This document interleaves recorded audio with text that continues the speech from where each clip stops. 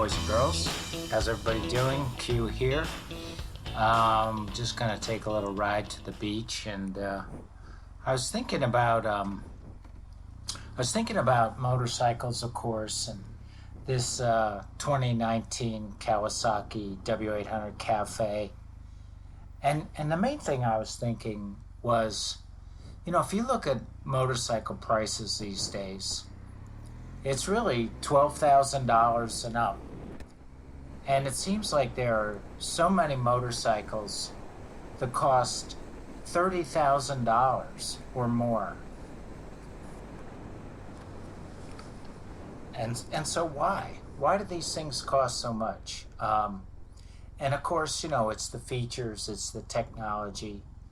So, for example, I was just watching a review of the 2018 BMW K1600B Grand America, and MC Commute has got a review of it, their Commute to Work series. And this thing has, 140 horsepower at the wheel. It's got adaptive suspension. It's got just all these whiz-bang gizmos. Everything in the world you could imagine, all this power, all this complexity. It's a straight six. It's a six-cylinder motor. And what do you think the service cost is going to be on a six-cylinder motor when they have to take off body panels, all this body work just to get at that motor and then work on that motor? And so, one of the things I want to talk about is you can buy a motorcycle for $3,000. Now, that's not going to be a lot of motorcycle. That's going to be an old Suzuki C50 or a small Honda with some miles on it.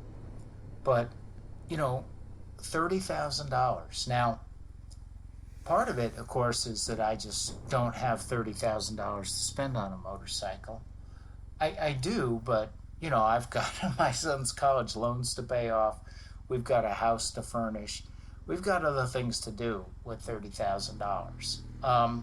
So, do you have to spend that kind of money? And the answer is no. So like this Kawasaki W800 that I just bought, I'm absolutely in love with this motorcycle. It is so pure, so simple. It's an air-cooled twin. It's got a lovely sound, a lovely feel. It's got plenty of power. I can pull away from cars whenever I want to. I don't have to worry about getting stuck in any kind of craziness going on with the cars. It's light, it's maneuverable. It's just a beautiful experience. Now, this is a $9,000 motorcycle, and I bought it brand new. But because it was a 2019, it was sitting in the showroom for over a year. And so it was marked all the way down to $59.99, $6,000. And I traded in my Honda CB300R. And the dealers, they do not give you much for your used motorcycles. They give you about half of what you could get, or maybe 2/3. So they only gave me a little more than $2,000, and they're selling it right now. It's on their website for $4,400. So literally, they paid me half of what they thought they could get for it. I tend to trade them in because they do all the paperwork, they move the plate, they pay the taxes, they just do everything. I don't have to go to the DMV. I'll pay $2,000 to stay out of the DMV, believe me. So anyway, $6,000, and it's just this wonderful, pure motorcycle experience. Now, is it big enough for me and my wife? It is not. Is it suitable for going hundreds of miles a day? It is not. It just doesn't have the wind protection, it doesn't have the size, it doesn't have the power to really pull that off. Maybe if my wife and I were both in our 20s, we would be dumb enough to head off, to Sturgis on this thing. But obviously that's not what this bike is for. This bike is just for pure fun. So anyway, so what do you do if you need something to go long distance? Well, I have a 2015 Honda Valkyrie, which is basically the Goldwing engine in a stripped-down muscle cruiser. And I put a backrest on the back for my wife, and away we go. Thing's got tons of power, it's smooth, it's big, it's comfortable. Now, I paid $8,500 for that Valkyrie, and I had a bike to trade in on that. So if you think about this, all in, I'm only at what it was, 85 and 6 is 14.5, right? Yeah, 14.5, half of what one of these super duper motorcycles cost.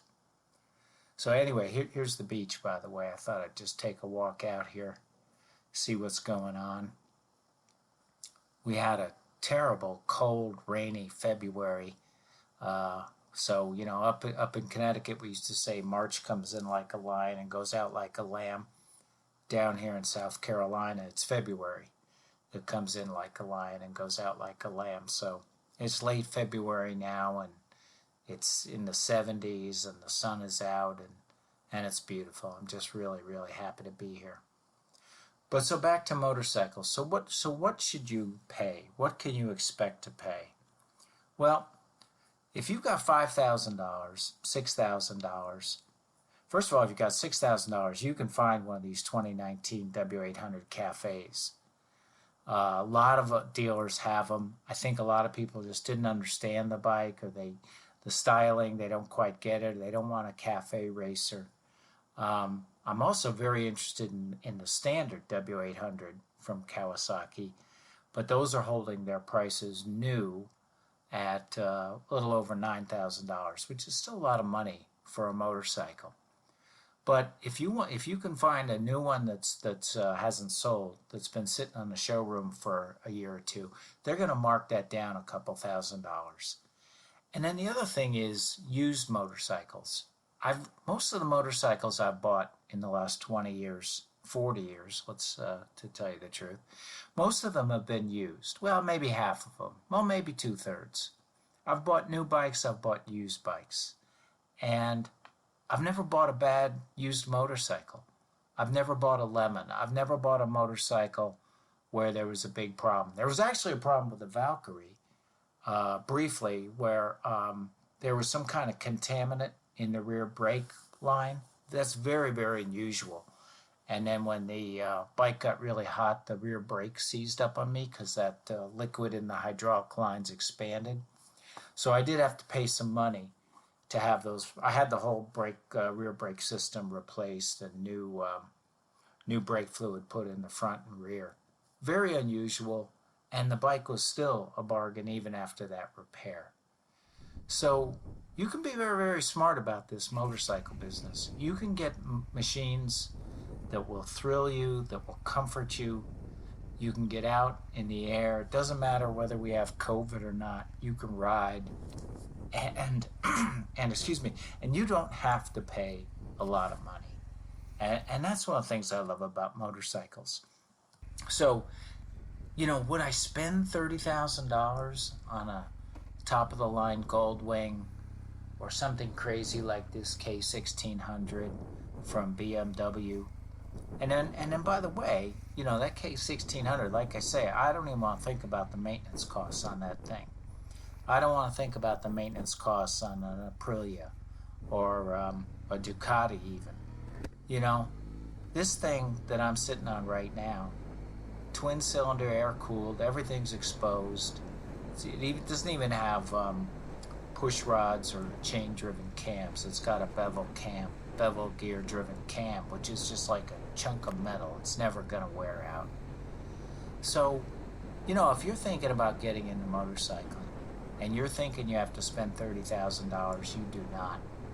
$5,000 will buy you a small new motorcycle. $6,000 bought me this 800cc beauty that I love. $5,000 will buy you a lot of used motorcycle. And you know, 10, 15, 20,000 miles is not a lot of miles on a bike. These bikes really can go if they're maintained. I've never worn out a motorcycle in my life. Of course, I'm addicted to buying new motorcycles. I don't keep a motorcycle very long. But I think I'm going to keep this one for a good long time. I have no intentions of selling my 2015 Valkyrie. They're just great machines at a bargain price. So I just thought I'd share this with you guys. Motorcycles, they're so great. They're so great and they're so cheap. And when I'm on this thing, man, it's better than any drug. I feel no pain. I'm alone with my thoughts. The world is good. The world is good on a motorcycle. So I hope that was somewhat informative.